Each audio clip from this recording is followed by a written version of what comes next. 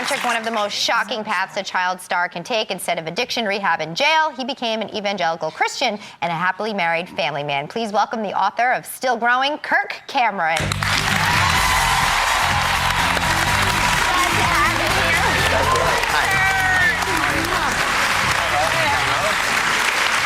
How are you?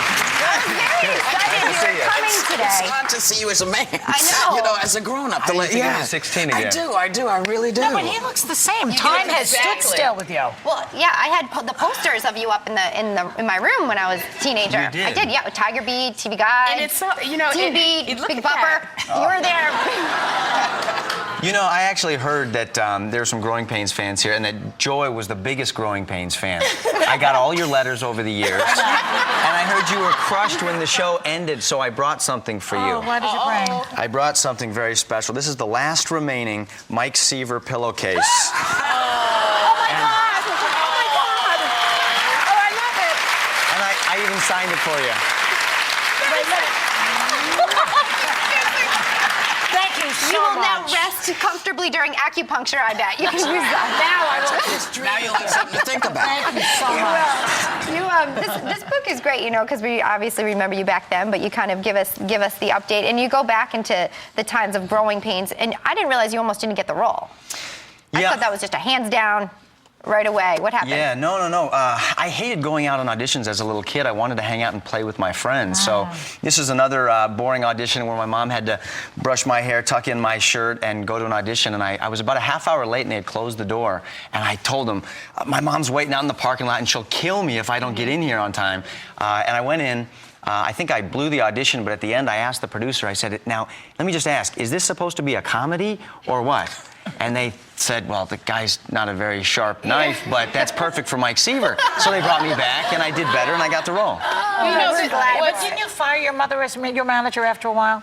I did. You fired her. I had to fire her, and it tried doing that as a teenager and maintaining a relationship. How did you do it? What did you say to her? Well, Were you it was grounded great. after you did? It was great in the beginning because this wasn't a manager who was going to steal all my money like the other manager did to me. I see. So that was good, but you know, after a while, you're 18 years old and your mom is still looking over your shoulder. Like you're 16. And like you're 16, and you need your career to go to the next level, and so you need people with a different How set did she of take it? experience skills. She took it all right. I think it saved our relationship, to tell you the truth.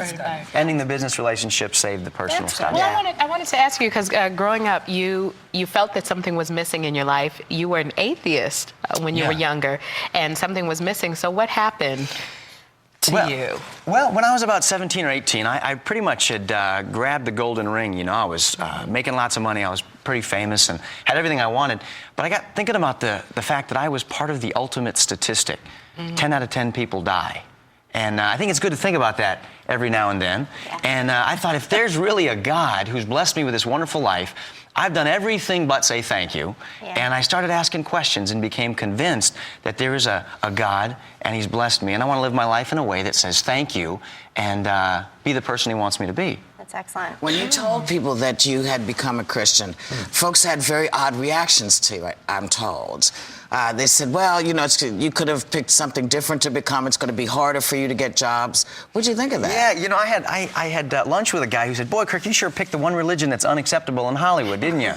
And I kind of laughed, but, you know, sometimes you can feel, especially as a 17-year-old kid who's trying to formulate some convictions and stand on them. You talked about earlier being a hero as someone who'll blow the whistle even when nobody else has got the guts to. Yeah. There were times when I felt like, we're a family show and I want to do the right thing, and I'm uncomfortable with this scene. So let's do something making different. Changes. And sometimes it's viewed as a power play, especially from a 17-year-old kid who's on the cover of some magazines. Yeah, people So have do you written, really we've think heard that the Christian religion is unacceptable in Hollywood? That's a bit of a I stretch. think it's a challenge sometimes. It can be a challenge. I think. I mean, evangelical, maybe. When you're extreme, Well, the when you say extreme you're Christian. When you say you're Christian, Really? I mean, you feel Yeah. challenged. Yeah. There's a little bit of a backlash when you face it on the show. I mean, when you tried to make those changes, and you know, it was written about that there was some conflict there. Have those been resolved? I mean, have you reconciled with the people that you maybe ticked off a little bit by talking about Jesus?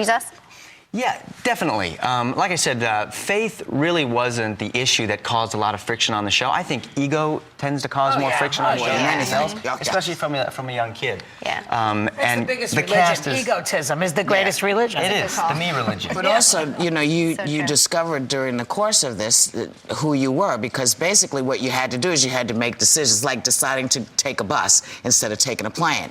Here's what I will accept. Yeah. Here's what I won't accept. That's And, right. Yeah. I mean, and when it's you've got a hard. view on something, every once in a while someone else will disagree. Yeah. Right? And Very rarely, though. but that doesn't happen here. Well, you make enemies. The minute you have an opinion, you make enemies. That's right. On television, yeah. So I try to talk about that in the book, just having an opinion and how tough it is to do that. Yeah. What I love is you've been married to Chelsea for 17 years, Kirk. That which is in Hollywood. Woo!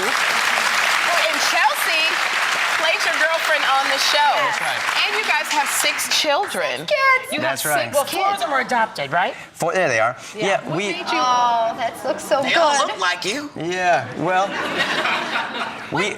Tell me about that. Yeah, well, we adopted our first 4 children, and my wife is an adopted child herself, so that was a very special thing for us to have our family start that way.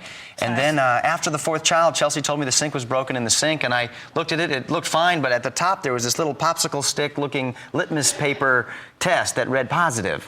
And so we had a little baby, and a year later the sink broke again, and now we've got 6, and it's wonderful. Oh, I bet you devil. guys have a lot of fun. You know what? I was a huge fan back then, and we're huge fans of yours now. Well, I will you're wear a this good to guy. bed. I'm wearing jealous this. of that For the pillowcase. acupuncture, I think it'll This get is super Yeah, comfortable. I'll be waiting for Okay, mine in the mail.